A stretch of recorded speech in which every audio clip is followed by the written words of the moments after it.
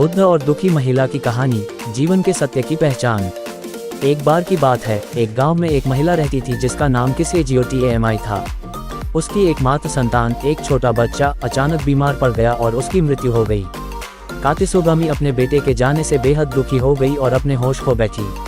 वह अपने बेटे को गोद में लेकर गांव के सभी घरों में गई और लोगों से गुहार लगाई, कृपया मेरे बेटे को बचा लो, कोई उसे जीवित कर दो।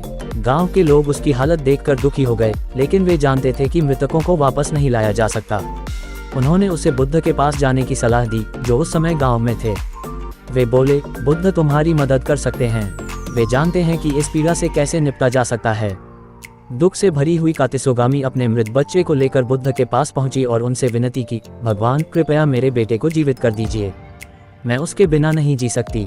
बुद्ध ने उसे ध्यान से देखा और फिर कहा, मैं तुम्हारे बेटे को जीवित कर सकता हूँ, लेकिन इसके लिए तुम्हें एक शर्त पूरी करनी होगी।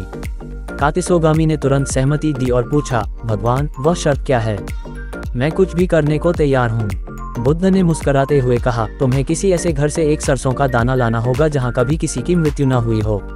कातिसोगामी ने ये सुना और तुरंत गांव के घरों में जाकर सरसों के दाने की तलाश करने लगी। वह हर घर में जाती और पूछती, क्या इस घर में कभी किसी की मृत्यु नहीं हुई? लेकिन हर घर से उसे एक ही उत्तर मिलता, यहाँ भी किसी न किसी की मृत्यु हो चुकी है।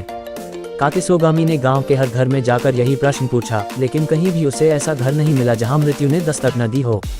धीरे धीरे उसे एहसास होने लगा कि मृत्यु एक सार्वभौमिक सत्य है, जो हर किसी के जीवन में आती है। किसी भी घर में इसे टाला नहीं जा सकता। थककर और दुख से परिपूर्ण वह बुद्ध के पास वापस आए और बोली, भगवान मुझे अब समझ में आ गया है कि मृत्यु एक अटल सत्य है। मैं अपने दुख में इतनी अंधी हो गई थी कि इस सत्य को स्वीकार नहीं कर पा रही थी। बुद्ध ने मुस्कुराते हुए कहा, सत्य को पहचानना ही जीवन का पहला कदम है। मृत्यु एक अपरिहार्य हिस्सा है और इससे कोई भी नहीं बच सकता। दुख का सामना करना और उसे स्वीकार करना ही वास्तविक ज्ञान की ओर ले जाता है। कातिसोगामी ने अपने बेटे को विदा किया और बुद्ध की शरण में आकर अपने जीवन को नई दिशा दी। उसने अपने दुख को समझा और जीवन के सत्य को स्वीकार करते हुए शांति प्राप्त की। ये कहानी हमें सिखाती है कि जीवन में दुख और मृत्यु अवश्यंभावी हैं, लेकिन जब हम इन सच्चाइयों को समझते और स्वीकार करते हैं तो हम अपने भीतर शांति और संतुलन पा सकते हैं। बुद्ध की शिक्षाएं हमें दिखाती हैं कि दुख से लड़ने के बजाय उसे समझकर उसे पार करना ही वास्तविक ज्ञान और मुक्ति का मार्ग है।